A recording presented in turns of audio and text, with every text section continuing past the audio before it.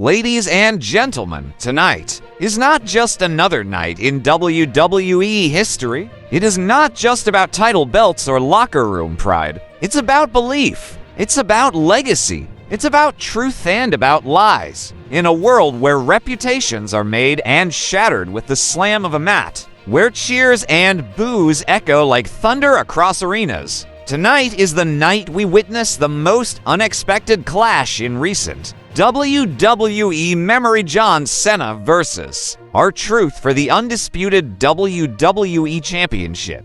It all began on a night that no one paid attention to. A throwaway backstage interview, lights half dimmed, camera barely rolling. R-Truth stood there quiet, brooding, his eyes no longer playful or chaotic, but calculating. For years, he'd been the comic relief, the wild card, the unexpected entrant in Royal Rumbles, who'd set up ladders when no titles hung above. But something had changed. There was a stillness in him now, a silence that screamed purpose. And when asked what he was planning next, he simply whispered, "The truth is coming." No one took him seriously. Why would they? This was John Cena's house, the 16-time world champion, the man who had carried WWE on his back for over a decade, the man of hustle, loyalty, and respect, the face of the franchise. John had returned once again, not just to inspire, but to prove that he still had one more championship run in him, one more chance to remind the world why he was the best. The fans roared in approval.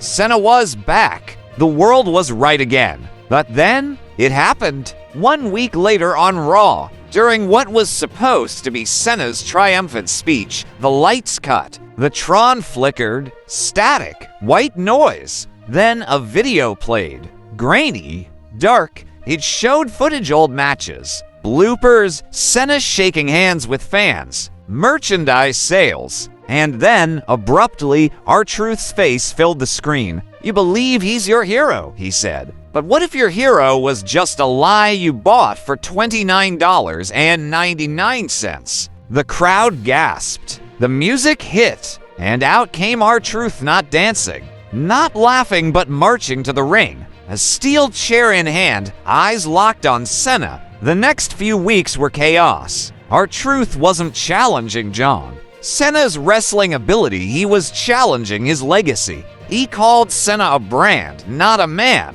A machine built to distract the masses from the real stories. The forgotten talent, the discarded truth tellers. Every week, Truth delivered eerie promos, sometimes in parking lots, sometimes from rooftops, sometimes in blacked-out locker rooms, questioning everything fans believed about their champion. And Cena, he was rattled, not afraid but unnerved. Because deep down, he knew there was a sliver of truth in what R-Truth was saying. For years, Cena had been the face, the corporate ideal. He had overshadowed others. But he also knew he had earned every moment, every cheer, every boo, every chant of "Let's go Cena," and even every "Cena sucks." The tension reached its peak when Truth attacked Cena during a championship contract signing, not with fists, but with a microphone. He didn't throw a punch. Instead, he sat in front of John, eye to eye, and said, "You've beaten men with your strength, but can you beat a man with his truth?"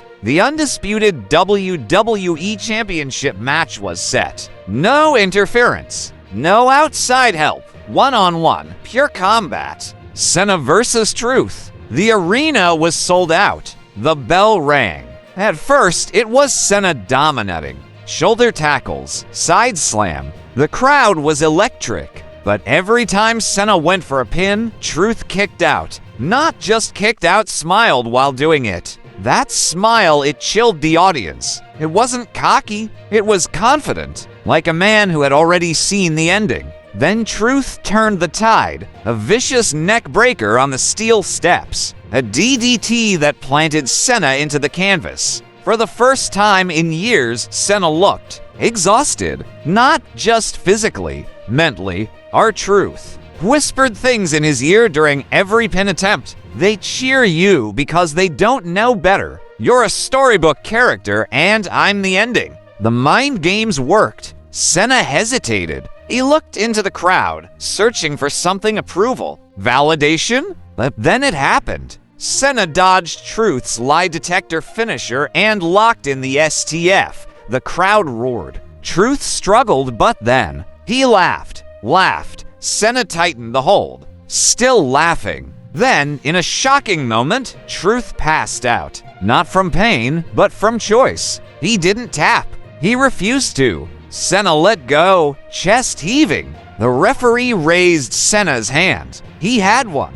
The crowd cheered, but it was different. It wasn't the triumphant celebration they expected. It was muted, confused, even as Cena stood tall with the championship in hand. His eyes stayed fixed on the fallen R-Truth, who lay unconscious with a smile still etched on his face. What had just happened? Why did it feel like Cena had won the battle, but lost something deeper? The lights dimmed again. A spotlight focused on Truth. He slowly sat up, microphone in hand. His voice cracked but powerful. You may have pinned me, Cena, but you still don't know who you are. And just like that, the screen faded to black. Was this just a victory, or the beginning of something darker? This match, this war between Cena and R-Truth, wasn't just about titles. It was about identity, about how far a man will go to defend his truth, and how far another will go to protect a legacy.